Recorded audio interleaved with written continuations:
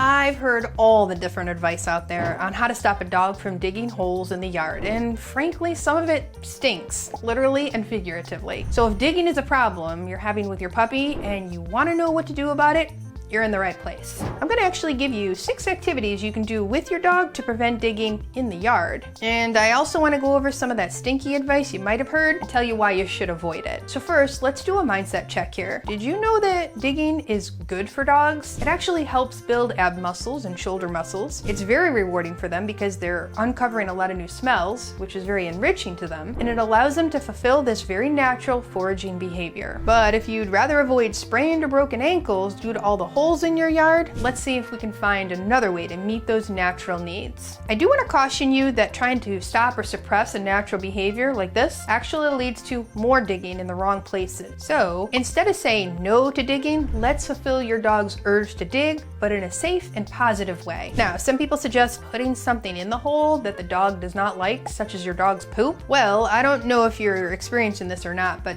approximately 25% of dogs have eaten their own poop at least once, and 15% of dogs eat their own poop regularly. So just because we don't like dog poop and consider it stinky or smelly doesn't mean your dog agrees. If you're dealing with a dog who eats their own poo and you're wondering what to do about it, check out this video for some great tips after you're done with this one. Now, other advice I've heard is to sprinkle some cayenne pepper in the hole. Please don't do this. This could actually be painful for your dog and cause severe long-term breathing issues if your dog inhales the pepper. As a fear-free certified trainer, I do not recommend any behavior management methods that involve fear or pain, intimidation, or aversion when teaching a dog. Like I said before, digging is a species typical behavior for canines. Just because we humans have nicely landscaped yards does not mean it's no longer an instinctual doggy behavior. It's actually our job to teach the dog what to do instead. Besides, peppers are spicy and they can cause a dog's mouth and throat to become inflamed. It could actually cause gastrointestinal issues such as stomach cramps, vomiting, or diarrhea too. Now, this kind of response to digging also doesn't teach your dog what to do instead. So now you've got a medical issue and a dog who will continue to dig because he doesn't know what you want him to do instead. Now, other times I've seen suggestions to firmly tell the dog no and raise your voice to get his attention. Well, imagine if you walked into a buffet restaurant and you went to get a plate and you started helping yourself, and suddenly an employee yells, "No!" Yikes.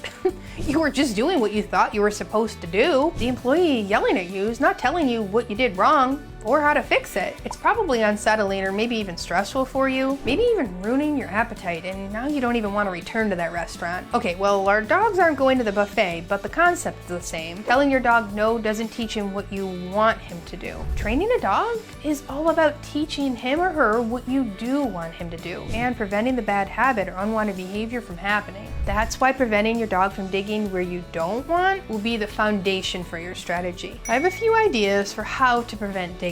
I do want you to first prevent the digging from happening where you don't want it. This is so important because the more your dog digs where you don't like it, the more of a habit it becomes. So one of the best tools for digging prevention is simply blocking off access to the area. Now, I like this product because it doesn't rust in the rain or snow and it's easy to move around. You can also use the tether technique where you just attach your dog's leash to you so he can explore a little bit if you're busy. But he can't have too much freedom and you're going to likely notice if he starts to dig so that you can redirect him. Now, the other way to prevent digging where you don't want it is to actually offer digging where you do want it. Now, this leads me to my 6 activities for dogs who love to dig. Number 1, create a dig pit. A dig pit is some kind of area that you're allowing the dog to dig in. Now, it could be an area in the yard that you specifically designate for doggy digging. To make it easier for the dog to understand the boundaries, maybe you need to put up some kind of border like rocks, a small fence, so he understands that this is the place for digging. Other people create a dig pit that's a little more portable, maybe using a kiddie pool that they put dirt into. You could also use this as a pool for water in the summer if you want to repurpose it. I like the kiddie pool option because you can also get some fun ball pit balls for it and fill it with the balls and then sprinkle in kibble or treats. And all these items are pretty easy to find at the stores. All right, next up, is a busy box. This is great for digging, either indoors or outdoors. Like a kiddie pool, you get some kind of container that's easy for your dog to get into or reach into. And if you have a small dog, then you're gonna want a container that's not too deep. Then you can fill it with whatever random items you want, like dog toys or cardboard boxes or toilet paper rolls. You can throw in some treats or kibble, and now it's a great enrichment activity that forces your dog to use his brain to get to the good stuff. Sometimes dogs end up digging in the busy box, or other times they use their brain in other ways to get to the yummy food. Either way, it's fine. The dog is still using his brain to accomplish a task, and he's doing this natural foraging behavior that dogs love. Remember that providing an outlet to dig fulfills their need to do this behavior in a safe and positive way. And this means he's less likely to dig in places you don't want him to, like the yard or carpets or couch cushions. Activity number 3 for digging doggies is the puppy onion game. Of course, dogs can't have real onions, but we like this game because it's never the same game twice. This game requires the dog to use his brain and some digging to find the tasty treats. First, you're gonna take some treats and wrap them in some paper, like a paper bag that you can get from the grocery store. Next, I want you to wrap this in a dish towel, and then an old towel, and maybe some kind of fabric. Next, you can wrap it again in something else, either another towel or an old blanket. So you're gonna set it down and let your dog do the digging to get to the good stuff. This is a great indoor activity for a day when the outdoors is not really doggy friendly. Maybe it's too hot or too cold or rainy. So by using different layering materials or different treats, it becomes a new game every time. Now, if your dog doesn't do well with these items and you think they're gonna consume the non-consumables like the towels or the cardboard, you can replace them with heads of lettuce or cabbage. Dogs love to dig in these and shred them up. You can tuck a piece of kibble in between the layers of the lettuce leaves. Next, I want you to consider a toy like an eye dig. I'm gonna warn you though, it is a little bit of an investment, but if you have a digger, this is gonna be a great option for you. All my students who have this say it's worth the money, and it shows no signs of wear or destruction even after years of use. All the different layers in this toy create lots of opportunities to hide treats or kibble or even high-value chew toys, and the dog has to dig through the layers to find the good stuff. The link to this toy is in the description below this video if you want to check it out for yourself. Psst.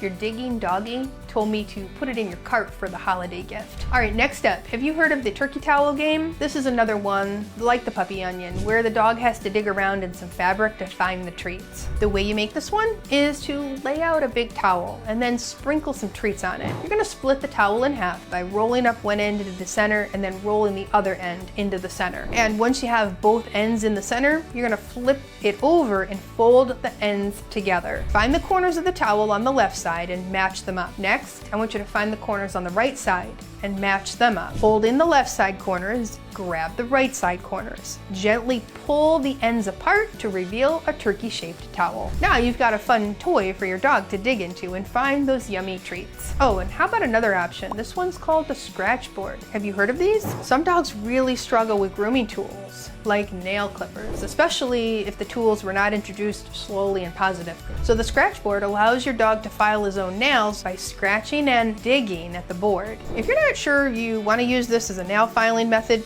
you can just watch this video to desensitize your pup to nail clippers and help them enjoy the traditional process. All right, if you thought these ideas were creative, we have so many more fun puppy activities for you. These would be great if the weather's starting to get colder or wetter and you need a little more enrichment for indoors. So I want you to head over to this video next for all kinds of fun and creative ways to entertain your dog and give his brain a workout. Until next time, this is Michele Lennon and the How to Train a Dream Dog team wishing you and your pup some happy digging.